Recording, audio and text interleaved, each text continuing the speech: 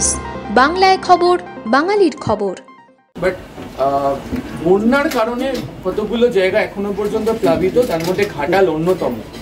তো Ghatal master plan কি এটা কি করা পুরোপুরিভাবে সম্ভব হবে? কারণ প্রচুর কোয়েশ্চেন ইতিমধ্যে উঠতে শুরু করেছে মাস্টার প্ল্যান।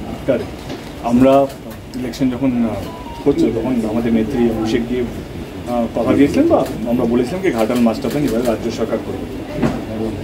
আমরা জুনে অ্যানাউন্স হয়েছে কি রেজাল্ট এসছে, জুন থেকে যদি অক্টোবর বলি 3-4 মাস, 4 মাসে। আমি এটুকু বলি কি 4 মাসে একটা ঘাটাল মাস্টার প্ল্যান করা সম্ভব। আমাদের 2 দিন আগেও নবান্নতে মিটিং হয়েছে এবং আমি এটুকু আপনাদের মাধ্যমে জানাতে চাই ঘাটালবাসীদেরকে রাজ্য সরকার ঘাটাল মাস্টার প্ল্যান নিয়ে অনেকটা যথেষ্ট সিরিয়াস। এবং ঘাটাল মাস্টার প্ল্যান করার যে ফার্স্ট ফেজ ল্যান্ড আইডেন্টিফাই করা, এবং ল্যান্ড আইডেন্টিফাই হয়ে গেছে এবং ল্যান্ড অ্যাকুইজিশনের কাজ শুরু হবে এবং ল্যান্ড অ্যাকুইজিশন কমিটি আমার মনে হয় কি পুজোর পরেই সেটা ফর্ম হবে এবং যাদের যাদের ল্যান্ড অ্যাকোয়ার করতে হবে তার সঙ্গে নেগোসিয়েশন শুরু হবে। এবং আমার আগের দিনই আমাদের আলোচনা হলো যে ফেব্রুয়ারি-মার্চের মধ্যে আমরা কনস্ট্রাকশন ওয়ার্ক, এক্সিকিউশন ওয়ার্কে সেটা আমরা নামবো। আমার মনে হয় আমাদের নেতৃত্ব তিনি তাদের ওনার প্রেস কনফারেন্স ব্যাপারটা বেশি ভালো করে বলবে। এটুকু বলি কি ঘাটাল মাস্টার প্ল্যানের যে কথাটা আমরা দিয়েছিলাম ইলেকশনের সময় সেটা আমরা ডেফিনেটলি রাখবো এবং খুব শীঘ্রই তার কনস্ট্রাকশন কী হয় নেগোসিয়েশন কাজগুলো কোনোদিন লোকের সামনে আসবেই নাকি, তার মানে এটাই নয় কি কাজ হচ্ছে না। কাজ যে অ্যাকচুয়াল এক্সিকিউশনের কাজ সেটা আমার মনে হয় ফেব্রুয়ারি মাস থেকে শুরু হয়ে যাবে। এবং ঘাটাল মাস্টার প্ল্যানটা 3-4 মাসের প্রজেক্ট নয়, it's a project of 4-5 years. এবং রাজ্য সরকার আমাদের নেত্রী এবং অভিষেক প্রচণ্ড সিরিয়াস এই ঘাটাল মাস্টার প্ল্যান। আরজিকর নিয়ে আপনার ভাবনা কি? এখনো যে কর্মবিরতি চলছে, ডাক্তার এখন কমেন্ট। আমার মনে হয় কি মানুষ যেন তার পরিষেবা পায়, যেই রোগীরা যে গরিব মানুষের তো অসুবিধা তারা যেন চিকিৎসা পায়। আমি এটা বলছি না যে তারা প্রতিবাদ করবে না, সবাই প্রতিবাদ আমরা সবাই চাই যে যুক্ত আছে সরকার সে যেন শাস্তি পায়। কিন্তু এটা একটা দিক। এবং মানুষ যেন শান্তিতে থাকে, মানুষ যেন ভালো থাকে, এটা সমাজের মধ্যে আমি জনপ্রতিনিধি হিসেবে ঘাটালের জনপ্রতিনিধি হিসেবে এটাই চাই যে ঘাটাল যে বন্যাটা হয়েছে ঘাটাল থেকে যেন মানুষ বেরোতে, বন্যা থেকে যেন মানুষ বেরোতে পারে এবং মানুষ যেন শান্তিতে থাকে। আপনি কি আবেদন করবেন এখন যে কর্মবিরতি যাতে তুলে নেয়? আর এখন তো পুজোর মরশুম, বন্যা হয়েছে, এখনই ডাক্তারদের দরকার এবং সুপ্রিম কোর্ট যেখানে নির্দেশ দিচ্ছে যে তুলে নিতে। আমার মনে হয় যে তারা তো অনেক বেশি শিক্ষিত, আমার এডুকেশন ওনাদের সামনে কিছুই না। আমার মনে হয় কি ওনারা অনেক বেশি বোঝেন এবং ডাক্তার যারা হন তাদের চিন্তাভাবনা আমার তোমার থেকে অনেক বেশি বড় এবং অনেক বেশি মানুষকে বাঁচানোর তাগিদ তাদের মধ্যে থাকে। এবং আমার মনে হয় কি এইটা আমার বলা থেকে আমার মনে হয় তারা বুঝতে পারছেন। এবং আমার মনে হয় কি এই সময় দাঁড়িয়ে মানুষ যেন পরিষেবাটা পায়, মানুষ যেন তাদের কাছে ডাক্তারই হচ্ছে আসল ভগবান। এবং একটা ভগবানের উৎসবে আরেকটা ভগবান যদি আন্দোলন করে আমার মনে হয় সেটা কতটা একটা ন্যায় পাওয়ার জন্য আরও কারোর সাথে অন্যায় যাতে না হয়, আমার মনে হয় সেটাকে ডাক্তারদের ভাবা উচিত। এবং আমি এটা বলছি না তো আমার বলাতে কিছু যায় আসে না। না, আপনি একজন নামী অভিনেতা, সমাজে আপনার প্রভাব আছে, আপনার বার্তা এটাই বলবো কি মানুষ যেন পরিষেবাটা পায়। মানুষ যে গরিব মানুষ, বন্যা তুমি যেটা বলবে নর্থবেঙ্গল থেকে আরম্ভ করে সব জায়গায়, কারণ তুমি তো আমরা প্রাইভেট হসপিটালে গিয়েও চিকিৎসা করতে পারি। আসল ভগবানটাই আসল দুর্গার গরিব মানুষের কাছে তারাই সেই ডাক্তার হয়, যে তাদের হাতেই ওই পাওয়ারটা আছে। মানুষ ভগবান মানে মানুষকে বাঁচানো। আমরা তো মানুষের কাছে ভগবানের কাছে প্রার্থনা করি আমরা যেন ভালো ব্যাপারে বেঁচে থাকি, কিন্তু আসল ভগবানটা হচ্ছে এই ডাক্তার যাদের কাছে এই গরিব মানুষরা পরিষেবা পায়। আমি উৎসবে মরশুমে আমি বলবো কি একটা দুর্গা আসছে বলে আমাদের সোসাইটির মধ্যে আসল ভগবান হচ্ছে আমাদের ডাক্তার। তারা যেন কোনো গরিব মানুষের সাথে কোনো অন্যায় না হয়, আমার মনে হয় সেটা একটু একটা প্রবণতা দেখা যাচ্ছে যেন সুপ্রিম কোর্টের নির্দেশও তারা মানছেন।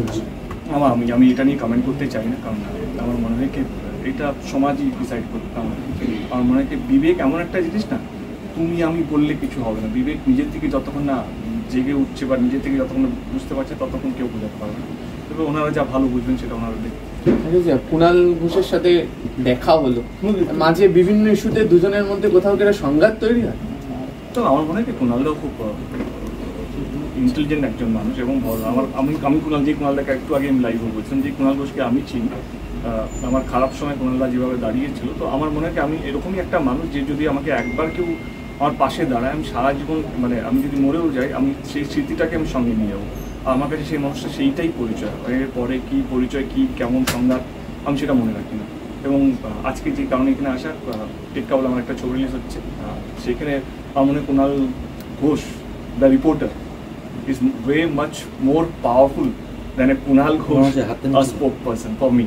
তো দুটোই আমি সম্মান করি, কিন্তু আমার কুণাল ঘোষ দ্য রিপোর্টারের সঙ্গে আজকে দেখা করতে এসেছিলাম, একজন সাংবাদিকের সঙ্গে দেখা করতে এসেছিলাম আমি, কারণ আমি চাই কি কুণাল ঘোষ এমন একটা ইন্টারভিউ নিন যাতে মানুষের কাছে এই এত কিছু হচ্ছে, কিছুদিন আগে ইরানে ইসরায়েলি যে ঝামেলাটা এত অশান্তির মধ্যে আছে, আমি চাই না কে এই অশান্তি বাড়ুক এবং একটা সুস্থ একটা শান্তি যেন সবারই মধ্যে বজায় থাকুক, এবং আমার আর কুণালদার মধ্যে যে দূরত্বটা সেটাও একটা মিটুক, এবং অ্যাট দ্য সেম টাইম টেক্কা রিলিজ হচ্ছে ওনার মাধ্যমে, ওনার ওয়ে অফ প্রমোশন সেটাও যেন আমি মানুষের কাছে। আর একটা ব্যাপার যে মিঠুন চক্রবর্তীকেও নিয়ে কুণাল ঘোষ বনাম দেব, তার ভাবনা একটা যেন আলাদা। সব বলেছি আজকে মিঠুনদাকে নিয়ে লাইভে সব বলেছি, এবং আপনার প্রতি মিঠুনদার প্রতি আপনার একটা দুর্বলতা সব কটা থাকে। আমার কুণালদাকে নিয়ে দুর্বলতা আছে, আমার মিঠুনদাকে নিয়ে দুর্বলতা আছে, এবং আমি যেটা ওনাকে বললাম, আমি রাজনীতি করি কারোর সঙ্গে শত্রুতা করার জন্য নয়, আমি একটা পার্টিতে আছি বলে বাকি সব পার্টি আমার শত্রু তা তো নয়, এবং আমি এটা আমার আইডিওলজি। এবারে আইডিওলজি হচ্ছে কেউ উৎসবে ফিরছে, কেউ উৎসবে ফিরছে না, দুটোকেই সম্মান করি। যারা উৎসবে ফিরছে তাদেরকেও সম্মান, যারা উৎসবে ফিরছে না তাদেরকেও সম্মান করি, মানে ইটস ইয়োর বিলিভ। তো আমি জোর করে আমার কি পছন্দ কুণালদার উপরে আমি চাপাতে পারবো না, এবং অ্যাট দ্য সেম টাইম কুণালদা কি পছন্দ করে সে বা কাকে পছন্দ সেটা আমার গাড়ি চাপাতে পারবো না। We have a mutual respect for each others admiration, each other's so-called like love for society বা এটা সেটা নিজস্ব ব্যক্তিগত ব্যাপার। মিঠুনদা আমার কাছে যেরকম, মিঠুনদা ওনার কাছে যেরকম, সেটা ওনার মিটলো। তাহলে সুপারস্টার এবং আমার দলের সাংসদ, খুব ভালো ছেলে। আমি নিশ্চিতভাবে ওর অভিনয়ের বা ওর সিনেমাগুলোর দর্শক এবং ভক্ত। যে দু একটা পয়েন্টে মাঝে মধ্যে আমার দলীয় অবস্থান থেকে ওর অবস্থানকে আমি একভাবে দেখি, যেটা নিয়ে একটু ঠিকঠাক সব চলে, সেগুলো আমরা সব একটা সবাই দেখলো একটা ইন্টারভিউ, কিন্তু আমরা বেশ একটা আলোচনা করলাম। ফলে আমরা দুজনেই এই বিষয়গুলো এমন একটা উপসংহারে পৌঁছেছি যে সেটা ওর যেটা একটা ব্যাখ্যা চিন্তাভাবনা সেটা নিশ্চিতভাবে ওর কাছে থাকবে এবং সেটা রাখার অধিকার ওর আছে। আবার আমার যেটা ব্যাখ্যা সেটার অবস্থানে থাকার অধিকার আমার আছে, কিন্তু তার মানে এই নয় যে দেব এবং কুণাল ঘোষের মধ্যে কোনো দূরত্ব আছে। ওর নতুন ছবি আসছে, সেটা মানে দারুণভাবে সফল হোক, এখন সেটাই হচ্ছে প্রার্থনা।